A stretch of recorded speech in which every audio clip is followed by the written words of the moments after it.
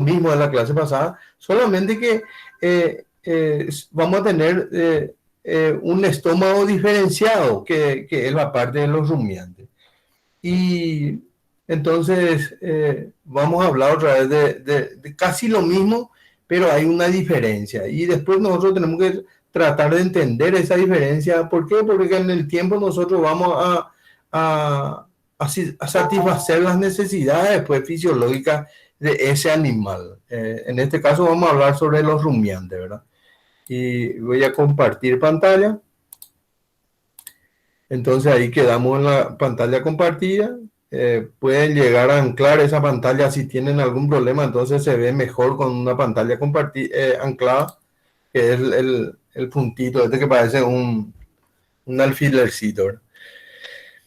Entonces, hablando un poco de la anatomía y fisiología animal, la fisiología de la digestión del animal en rumiante, ¿verdad? Eso es lo que vamos a tocar hoy. Y tenemos vamos a ver en modo presentación.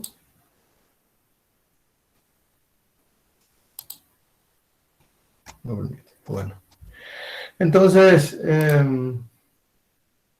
anatomía y fisiología animal, fisiología de la digestión digestión animal en rumiante. ¿Y qué es lo que son los rumiantes? Y los rumiantes pues son seres, son herbívoros cuyo principal alimento son las plantas que constituyen carbohidratos y carbohidratos fibrosos, ¿verdad? Su estómago posee 4 divisiones. eh, Entiéndase que es solamente un estómago. Primero consumen los alimentos y luego realizan la rumia. Son los únicos capaces de aprovechar la celulosa de la planta. Posee en las primeras semanas de vida la gotera esófica, pliegue de la mucosa que permite que los líquidos que ingiere puedan evadir la acción bacteriana. O sea que evita el recién nacido, el ternero, eh, no pasa por el rumen, ni el retículo, ni el omaso. Directamente pasa al abomaso. Entiéndase abomaso en comparación y si hacemos una diferencia con los monogástricos, el, el, el abomaso sería el esófago del animal, ¿verdad?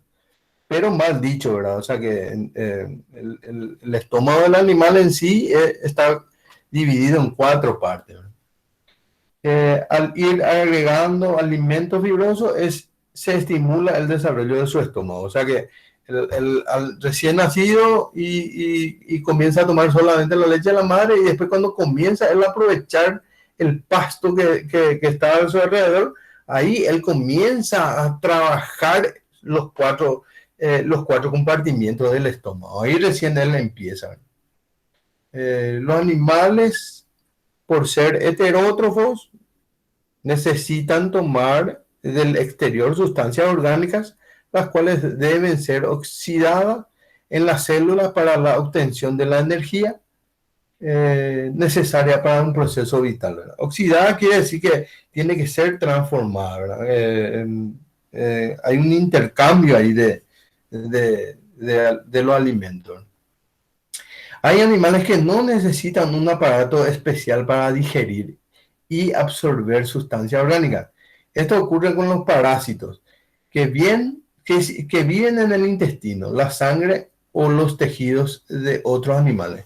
El medio es muy rico en nutrientes y los puede absorber por la diferencia del cuerpo, por la superficie del cuerpo, ¿verdad? O sea que lo que hace son esos parásitos están viviendo dentro del intestino del animal y esos son los que transforman el alimento.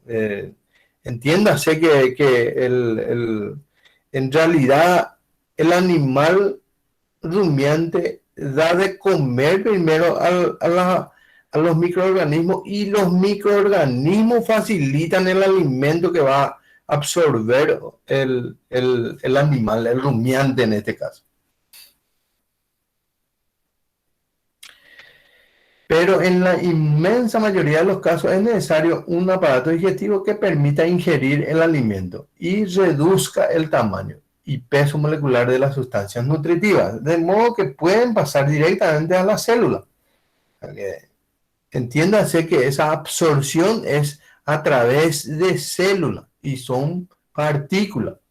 Los compuestos orgánicos sencillos, como la glucosa, los aminoácidos, etcétera, serán oxidados en el interior celular mediante el proceso denominado el catabolismo, ¿verdad? En el cual se libera energía. O sea que es un proceso muy complejo la parte de los rumiantes, ¿verdad? Y más o menos esto es lo que sucede. O sea que las proteínas que tiene ese pasto, los polisacáridos de reserva que tiene, los polisacáridos estructurales y los ácidos nucleicos, eso todo se transforma y se transforma en aminoácidos, monosacáridos, nucleótidos y ácidos grasos que después son liberados por compuestos sencillos y son aprovechados la célula del animal. Y es importante que acordemos, ¿no?, de qué está compuesto, ¿verdad?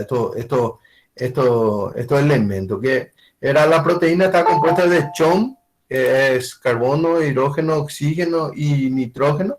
Por eso que acá se libera una molécula de nitrógeno con hidrógeno, ¿verdad? Y acá donde están los polisacáridos y sacáridos se libera el carbono y el oxígeno, y agua y oxígeno, ¿no?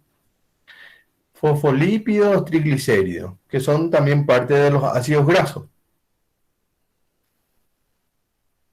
Y acá tenemos un proceso de regulación de la digestión. Es casi lo mismo, pero estos son procesos de la digestión que no tocamos en la parte de los monogástricos, pero también forma parte. Una cosa es etapa y otra cosa es proceso. Eso tiene que acordarse también, que no se confunda. Proceso es ingestión, digestión, absorción y egestión, que es casi lo mismo, solamente que ellos le llaman de proceso. Y hablamos también en las otras clases que hay diferencia de literatura, pero casi es lo mismo, ¿verdad? La ingestión, entrada de alimentos al aparato digestivo. Acá ya evita ya la parte de prensión y insalivación y masticación. Y la digestión propiamente dicha es la conversión de los alimentos en nutrientes, implica procesos mecánicos y químicos, ¿no? Es también el movimiento del alimento que va rompiendo un poquitito más. Entonces, por eso es mecánico. Y el químico es la transformación, ¿verdad? El catabolismo que hablamos. La absorción son movimientos de los nutrientes del sistema digestivo hasta los capilares circulatorios y linfáticos, que serían las venas, ¿verdad? Y la egestión o defecación, remoción de materiales no digeridos del tracto digestivo a través de la defecación y o la regulación, ¿verdad? Que también entiéndase como el orín, ¿verdad? Generalidades sobre la formulación de los principios nutritivos, ¿verdad? Algo general, ¿verdad? Este paper ustedes tienen también en PDF, pero más resumido. O sea que en una hoja tipo hoja de Word, ¿verdad? Generalidades son la formación de los principios nutritivos. ¿Y de qué están formados? Y están formados por composiciones elementales, combinación química y categoría de combinaciones químicas, ¿verdad? La composición elemental se refiere al contenido de elementos químicos. Por ejemplo, ¿verdad? Un análisis apropiado muestra que los alimentos de origen vegetal y animal están compuestos de cantidades importantes de carbono, hidrógeno, oxígeno y nitrógeno, y cantidades menores de calcio, fósforo, azufre, etc. Y las combinaciones químicas, y sería ya el conjunto de esta composición de elementos. O sea que, ¿cuáles son los elementos? Carbono, hidrógeno, oxígeno, nitrógeno, y en menor cantidad los otros, calcio, fósforo, azufre y otros componentes, hierro. Entonces, la combinación química, los elementos anteriores se encuentran normalmente combinados en moléculas en los alimentos. Dichas combinaciones son los verdaderos constituyentes de los alimentos y que podemos citarles como el agua, los compuestos minerales que son las sales, los óxidos minerales y los compuestos orgánicos, que es lo que siempre hablamos ahora. Siempre incluyen el carbono. Cuando hablamos de una composición orgánica, cualquiera sea, no, mi producto es orgánico, tiene que tener base carbono, tiene que tener. No puede ser una sal, por ejemplo, una sal no es un compuesto orgánico, eso tiene que grabarse en el cerebro. Los compuestos orgánicos siempre están incluidos o siempre incluyen el carbono. Ese es sí o sí, asociado al hidrógeno y al oxígeno, ¿verdad? Que son carbohidratos y lípidos. Acuerdan que los carbohidratos, la suma de los carbohidratos forman lípidos y grasa, ¿verdad? Y al nitrógeno, ¿verdad? Que en una composición de carbono, hidrógeno y oxígeno, más un nitrógeno ya se comienzan a formar las proteínas. También combinaciones de los anteriores con otros elementos como azufre y fósforo, etc. Algo que tenemos que recordar bien claro es que esa composición de carbono, hidrógeno y oxígeno más un nitrógeno forma proteínas. Esas proteínas, entiéndase que son también con otro tipo de, un adherido más, son enzimas también. Porque las enzimas están constituidas de polipéptidos, los polipéptidos son aminoácidos, los aminoácidos están formados por carbono, hidrógeno y oxígeno. Eso es algo que ya teóricamente tendríamos que asimilar. Y las categorías de combinación de agrupación de las moléculas por sus propiedades físicas y químicas comunes, ¿verdad? Otros procesos, y esta es la que nosotros ya vimos en la parte de los monogástricos, que es la aprehensión, que es un acto voluntario dirigido a capturar el alimento. La masticación es un acto también voluntario dirigido a triturar el alimento. Este es a capturar y el otro a triturar. La insalivación es un acto involuntario por medio del cual se segrega saliva y se mezcla con el alimento ingerido. La insalivación tiene varios objetivos. El primero consiste en humedecer los alimentos secos y reblandecerlos, ¿verdad? También forma parte de del control del pH, ¿verdad? La deglución tiene carácter voluntario y que se refiere al paso del bolo alimenticio desde la boca hasta el aparato digestivo. Deglución. Acuerden, igual que el monogástrico. Acá lo que después vamos a diferenciar cuál es entre el monogástrico y el poligástrico, ¿verdad? Que los rumiantes. La mezcla con jugos digestivos a través de las cuales el alimento ingerido se mezcla con varias sustancias producidas por el aparato digestivo, la segregación y los jugos gástricos en un alto reflejo motivado por el contacto de las partículas alimenticias con la mucosa del aparato digestivo. Una mezcla de jugos digestivos. Y la defecación, que como todos sabemos consiste en la expulsión de las heces al exterior. Es un acto voluntario que curiosamente no siempre coincide con el final del proceso digestivo, puesto que algunos animales practican la coprofagia, que es la digestión de sus propios excrementos, como los que consiguen repetir el proceso de la digestión, de la digestión. Un ejemplo de la coprofagia, ¿quién puede ser? El que consume otra vez su alimento. ¿Quién tiene una idea?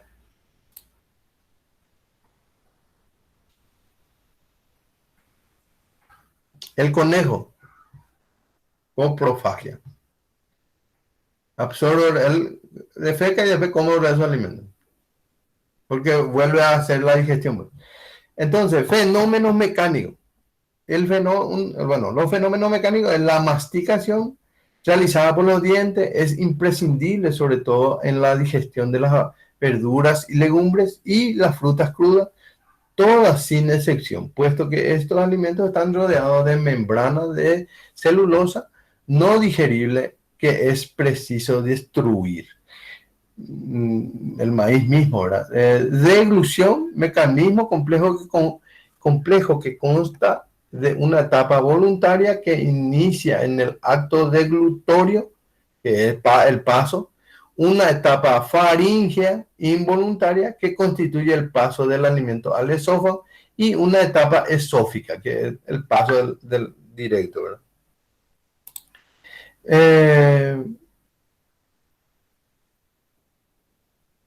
Motilidad intestinal, que es el proceso por el cual los alimentos en diferentes estados de digestión, que es el quimo, son desplazados mediante movimientos de musculatura intrínseca de la pared del intestino para facilitar la digestión y la absorción. Motilidad intestinal, que es el movimiento del intestino, ¿verdad? Después tenemos otros procesos, fenómenos químicos. Este es el fenómeno mecánico y los fenómenos químicos. Producen la transformación de los alimentos formados por moléculas complejas en moléculas más sencillas que son fácilmente absorbibles por el intestino. Moléculas más complejas a moléculas más sencillas a través del catabolismo.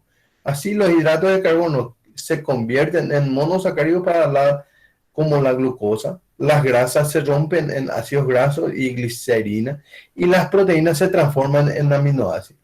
Las reacciones químicas más importantes en la digestión son las de hidrólisis, favorecidas por las enzimas que contienen los jugos gástricos.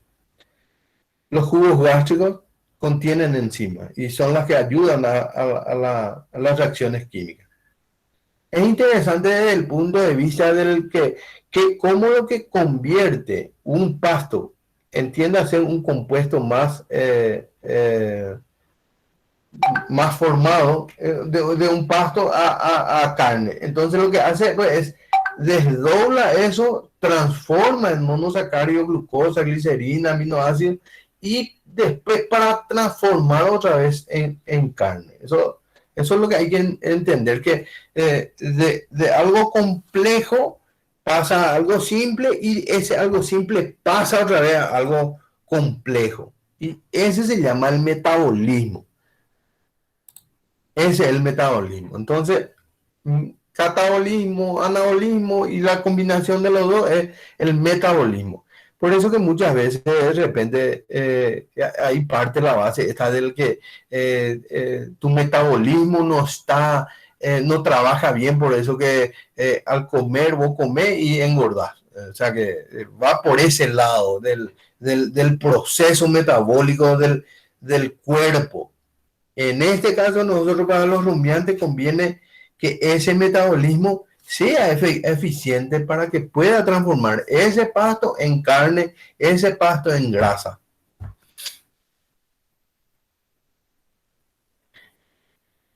Y los fenómenos digestivos en los preestómagos de los rumiantes. El estómago de los rumiantes se caracteriza por poseer 4 divisiones. Dadas estas características, a diferencia de los no rumiantes, son capaces de aprovechar los carbohidratos estructurales presentes en las plantas, la celulosa, la hemicelulosa y la pectina. Las dos primeras constituyen la fibra, que es la celulosa y la hemicelulosa, teniendo así una fuente de energía adicional y basando su alimento en el consumo de forraje. Por eso que es importante el consumo de forraje, por el alto contenido de celulosa y hemicelulosa que tiene la pastura. Solamente que cómo llega el animal a hacer ese engorde intensivo, cómo se hace.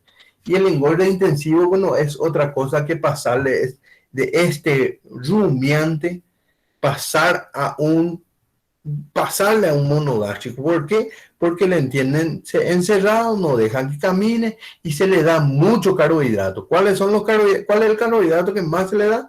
Y es el maíz. Eso es lo que ustedes tienen que más o menos fijar en el cerebro. Por eso que es importante de repente la clase de nutrición, anatomía y fisiología animal, porque esta es la base del entendimiento de la nutrición y después viene la producción animal en sí, ¿verdad? Los rumiantes al nacer presentan un estómago no desarrollado, siendo funcional solo el abomazo, producto de que su alimentación inicial es solo leche. Al ir creciendo y agregar alimentos fibrosos, se estimula el desarrollo de los comportamientos, de los compartimientos del estómago. Y se puede apreciar rumen o maso, retículo rumen, que es toda esta parte más grande. El abomazo es una pequeña pelota chiquitita que vamos a ver si creo que está ahí para investigar. Esto era sería interesante un poco mirar la parte de ustedes mismos, y después yo voy a lanzar un paper sobre esto, un artículo. Investigar el intestino delgado, digestión en el intestino, jugo pancreático y su componente de la bilis y su componente, digestión y formación de las heces y defecación. En realidad, esto ustedes ya tienen todo en el otro capítulo, en el capítulo anterior, pero eso que de repente aparece ahí para investigar.